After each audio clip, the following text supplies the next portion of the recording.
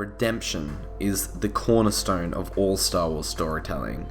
The entire Skywalker saga eventually leads to one overarching story of redemption. But now, in the real world, we have another Star Wars story through the development of Star Wars Battlefront II.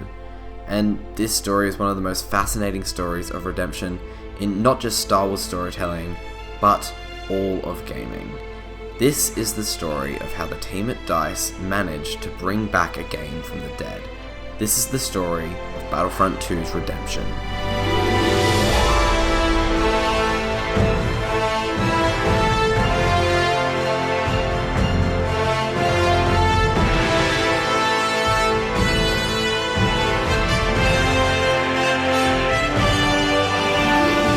December 2017. The Last Jedi is about to come out and people don't hate it yet. People are excited for the movie and now a game is coming out. A game that not only improves on the game that came before, being Star Wars Battlefront, which actually was received quite well, but now a game that was finally going to give something to all Star Wars fans. Prequel, sequels, and original trilogy were all going to be present in this game, with heroes and content and maps from all seasons, and on top of that, free DLC moving forward. And just to make this game seem even better, this game had a full campaign where you played from the side of the Imperials. What is going on? This game's going to be perfect. There's nothing that could stop this game. However, there was a small detail on the game cover that actually revealed why this game was in fact destined to fail. Can you see it yet?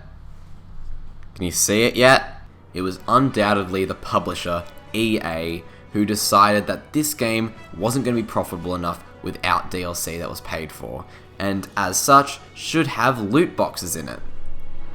Now, loot boxes are a fine way to monetize your game. Look at CSGO, look at PUBG, look at Overwatch. They've all got loot crates. But there's one thing they've all got in common. All the games I just mentioned had loot crates that gave you cosmetic items. And this is a big difference to what EA did with Battlefront, because these crates gave you in-game items. They gave you a better grenade, better shield, better health. This is blatant pay to win, and EA knew that, and I'm sure DICE did too, but DICE couldn't do anything about it. They're at the publisher's mercy. Before the game even came out of early access, which was about 2 days, they already had to pull the feature due to outrage. But the damage was already done. The media picked it up, the players picked it up, and this game was pretty much touted as a pay-to-win mess that was all just the EA nightmare that we all did not want to happen. EA at this point basically abandoned the game.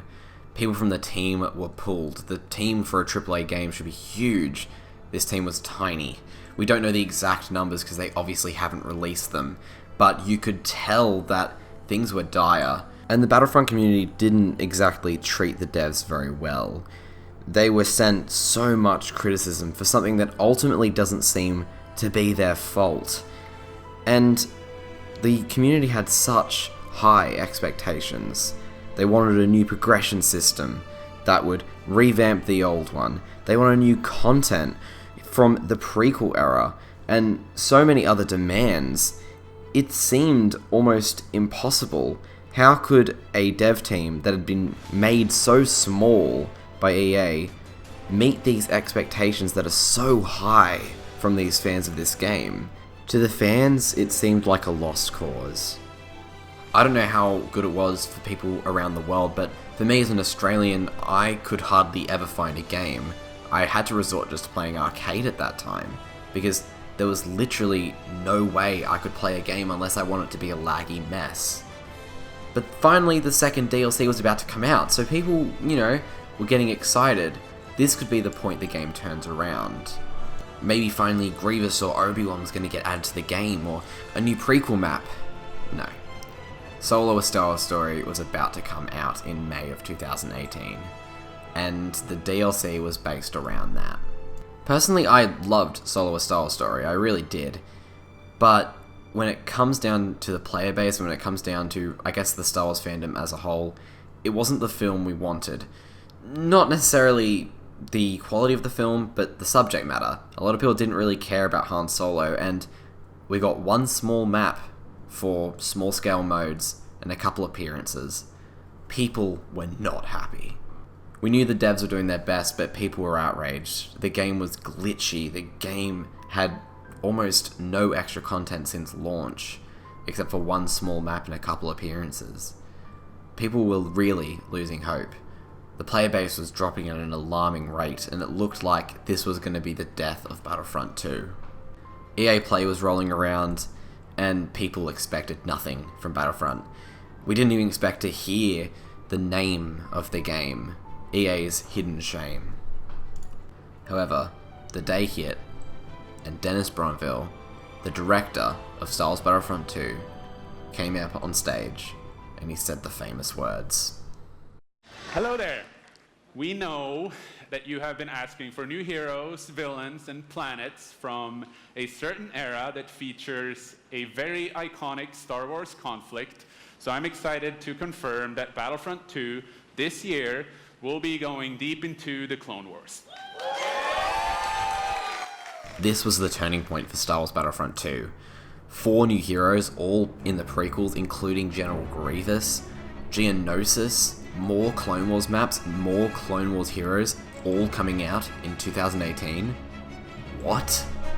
First, Grievous came out, and yes, he was a little glitchy, but only for a month, because the next month, Grievous was absolutely badass. And then Obi-Wan came out, and he was almost perfect from launch. And then Geonosis came out, all in this 1 month, and suddenly people were running around as Grievous and Obi-Wan on Geonosis in Star Wars Battlefront 2. Now, the player numbers didn't just explode from this point. They were gradually rising, but it wasn't significant enough of an increase to completely revolutionize this game, but damn was that coming. Anakin came out though, and he was a monster. He was able to wipe out teams in his first month, and to this day he's still quite overpowered. I think balancing Anakin has always been a bit of an issue because his abilities just sort of flow so well. So he was incredibly broken for that month, and he did kind of destroy the game for that month, which definitely didn't help the players coming back. But they did nerf him in the next update quite a lot. Then they brought out Count Dooku, and these were all heroes that the community was very happy about. And then a brand new mode came out with Capital Supremacy, and that is currently the main mode of Star Wars Battlefront 2. It's a blast. Capturing command posts, boarding enemy ships, all with heroes, vehicles, and reinforcements by your side. It was Battlefront, both past and present. This truly was one of the most fantastic additions to the game. They updated the UI, they fixed heaps of bugs, they rebalanced a bunch of heroes, they added Felucia, and then, and only then, were people starting to return. The players started coming back to the point where last month, the player base was at the same rate it was at launch. How many games are able to say that 2 years after release, they were able to regain launch numbers? Remember, launch is the best time for most games, because you've got so many people going out and buying the game and immediately wanting to jump in. And Battlefront 2 just brought players back. Not new players. I mean, there were some new players, but they were able to get launch numbers 2 years after release. And the best bit is, it hasn't stopped. They released co-op, instant action, they've released a whole new era for Capital Supremacy, and they're doing it again next month. Battlefront 2 is Star Wars. Not only in its visuals, not only in its gameplay, but in its story. Star Wars Battlefront 2 is a story of redemption. A small group of, I guess, rebellious devs coming together and bringing something to life that completely seemed dead, seemed abandoned, and they brought it back. I highly doubt any DICE devs are currently watching this video, but if one of you by chance are watching this, I would like to express my personal gratitude for you. Battlefront 2 was my most anticipated game of 2017, and I wouldn't say I necessarily felt let down by it, because I still, loved the gameplay, but I was quite bummed that the loot box system happened and what happened at launch happened. But it is my favorite Star Wars game now, and I think a lot of people can say the same. It is so incredible, it is so much fun, and the content that is in there is just fantastic. Thank you, DICE, for sticking with this game. Thank you, DICE, for bringing it back to life, and thank you for being such great devs to a devoted community like us. If you've not played Battlefront 2 since launch, or you've never played it at all, then by all means give it a go. It's quite cheap now, pretty much still from the launch fiasco, and you can also get the Celebration Edition for I think $40 US, which isn't bad for a AAA game, and it will get you all of the cosmetics in the game for free. It's an amazing game. You will 100% sink hours and hours into it. It's Star Wars. If you're a Star Wars fan, this game is not just made for you, it is tailored perfectly to your mind. But either way, that, my friends, was the story of Star Wars Battlefront 2. This video definitely went to a point where I didn't expect it to go. I was going to make this a sort of more montagey video, but I think it was important to tell this story. It's so important that we recognize the people that have worked so hard to bring these parts of Star Wars to life, you know, and I think it's important that we talk about the creation process behind these films. You know, there are people creating these films. They're not created by robots, they're created by people with real emotions, and when they do well, they should certainly be recognized. So I would like to thank you all so much for watching today's video. I'm going to do some streams soon where I play Star Wars Battlefront 2, and yeah, I hope you guys have enjoyed this video.